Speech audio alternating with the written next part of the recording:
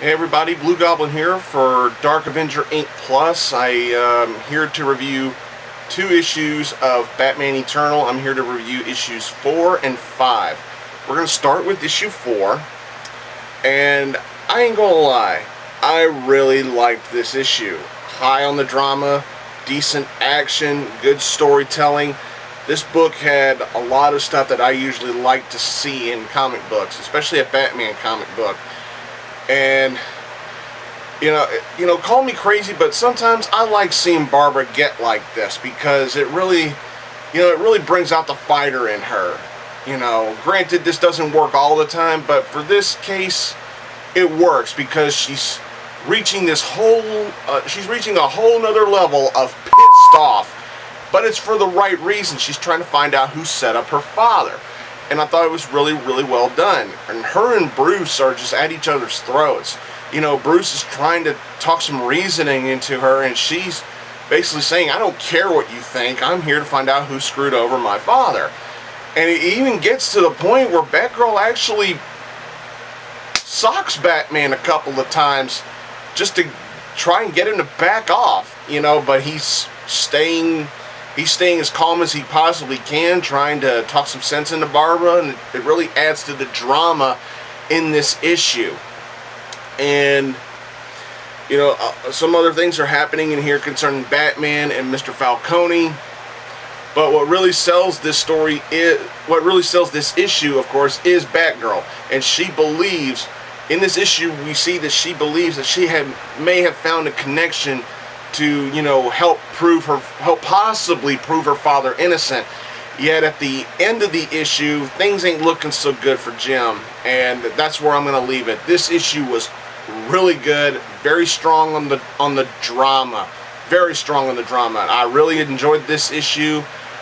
I'm gonna be extra super generous with this one. I'm gonna give it a 4 out of 5. I really liked this issue. I know not everybody likes Batman Eternal, and I understand that, but for me, issue 4 was really good. I really enjoyed it. And then we get to Batman Eternal issue number 5, and this was not that good. I mean,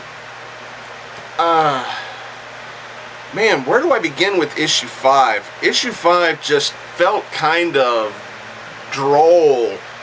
Especially when I hate to compare books. I really do.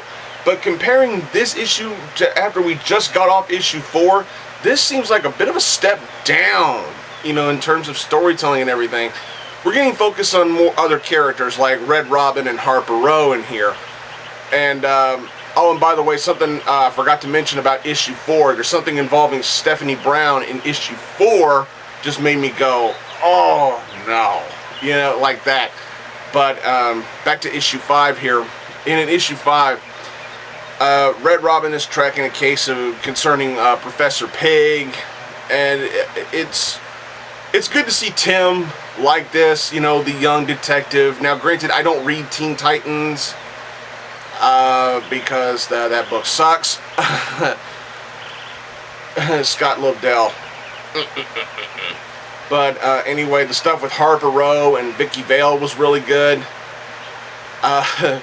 They tried to shoehorn in some one-liners here from Vicky Vale's little intern or whatever. But the artwork in here in issue 5 was kind of hit and miss. There were moments in here where I thought the artwork was really good, especially when it went on parts with Batman and Red Robin. But there were also parts in here where the artwork was a bit of a miss because Vicky Vale, I don't know how old she is in the New 52 universe, but I'm thinking she's maybe supposedly be in her mid to late 20s. She looks like she's 16 years old, and that's kind of creepy, especially how sometimes her face is drawn in this issue, and I'm like, she looks kind of younger than Harper Row. Yet she's talking to Harper as if she's as if she is indeed older than Harper, which just doesn't look right to me. Tim found out some stuff about a nanobite-like virus and everything, and the issue ends for me. I'm not gonna lie, this issue didn't hardly do anything for me. I mean, it wasn't horrible, but man, it could have been much better. You know, especially with the stuff involving Bruce and Tim, and then we get to the stuff with Harper and Vicky Vale and the whole Gotham gang war and everything. It's like we completely forgot about what's going on with Jim Gordon and everything, and it just felt like a step off the main subject of this series. You know, what's going on with Jim Gordon. We get a couple of mentions of what's going on with Gordon, but that's just basically it. I'm gonna be nice and give Batman Eternal a 2.5 out of 5. This really kind of let me down, but I'm not gonna be too harsh on it, you know, because it is a weekly series and DC, you know, tries the best that they can for a weekly series. I honestly want to believe that, even though it may or may not be true with how they do this. But man, after reading issue 4 and then I read issue 5, and I was like, wow, this was just a major step down for me. So there you go. There are my reviews for Batman Eternal issues number 4 and 5. I want to thank y'all for watching. Please subscribe to Dark Avenger Inc. Plus. You won't regret it. I promise you.